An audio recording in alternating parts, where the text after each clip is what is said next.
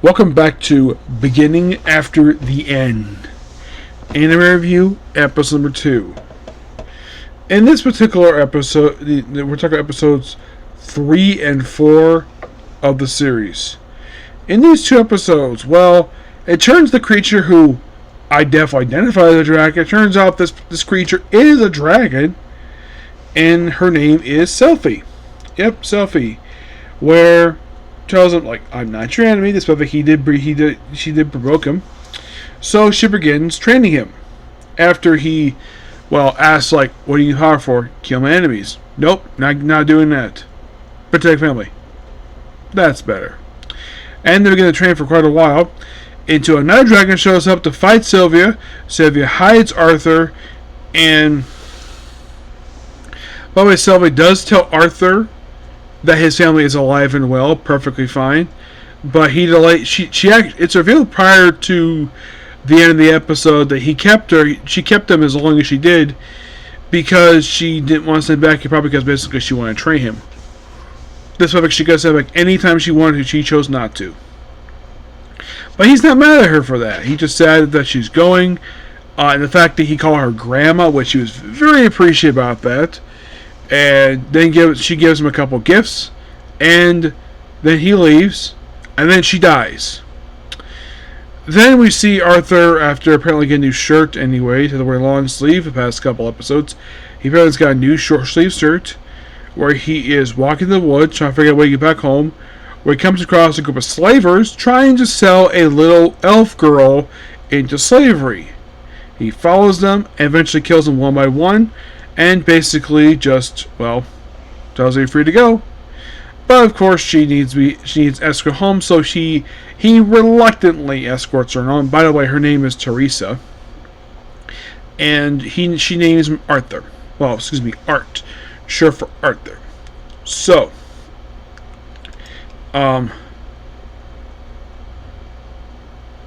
Teresa is voiced by Abigail Bath. Now, has she been anything that I have seen?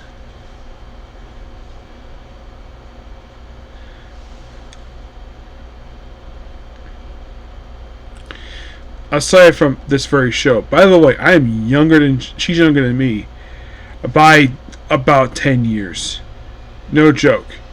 Okay, so she's been in Goblin Slayer. She was the voice of the character Court Magician. She was a background character in Dr. Stone. She was in Spirit Chronicles as the character Natalie. She was the Turning Devil in Chainsaw Man. She was the young version of Cedric, Genie, Elmir. I'm Villain's Team Final Boss. I've been killing science for 3 years, and maximum level is a Faltia, feisty, and goodly goddess. Yeah, she took over for a lot of these characters from the previous voice actors.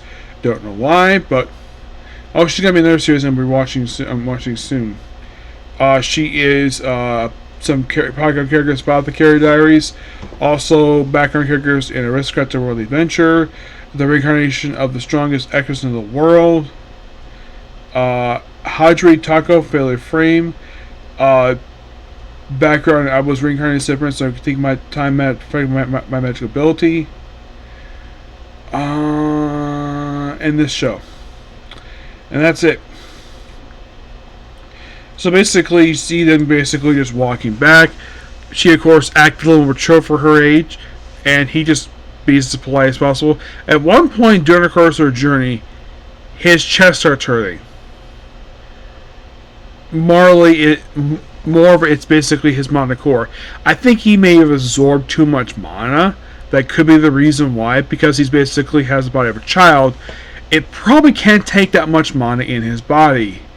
That is presumed what's happening here. That is my theory, but I haven't seen anything about that for that. Excuse me. I mentioned the wolf again 3 years earlier. Eventually the episode does end with them arriving at Talsia's village, where apparently the entrance is inside of a tree. Okay, interesting. Otherwise, though, there are some flashbacks to his previous life, where apparently in the war he came from prior to his passing, apparently the birth rate was dropping. Yes. Like, there wasn't many babies being born as there used to be. Probably because he was killing a lot of women, being a ruthless king. And apparently the king would just, this title would just be a tool. He had no actual power. Apparently he lives for the parliament. Like, what country did he rule? He did mention that apparently the continent he used to live on for the war he came from, like, was divided into several countries. He was ruler of one of them. He was a ruthless king. But I'm like, okay, so if this is all about using magic, then why in the world do you use fighter jets? That made no sense to me at all. Are you using, like, the glass display case thing? That's nothing unusual. But, yeah. It's like, I like I like the current world he's in now. His old world seems like a dark place. For one thing, it seems like, by the way the buildings are designed there, it seems like it's almost modern day, despite the fact the buildings look older. The buildings remind me a lot of the design of buildings they used for the series Attack on Titan for this one. I don't know if they took inspiration from that one. I highly doubt it, but I wouldn't be surprised by it.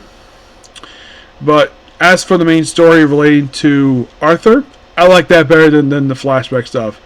Now, normally put in a series, the only series I could think of where you have flashbacks to the main character's previous life, which a lot of them they very rarely ever do.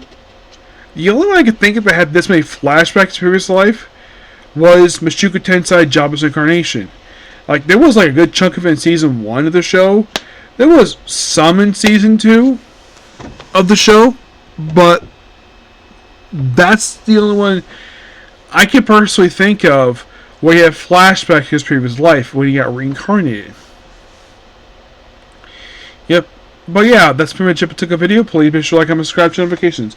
I will see you next video, which will become a corner, and then it's on to One Piece. Okay, next video. Bye.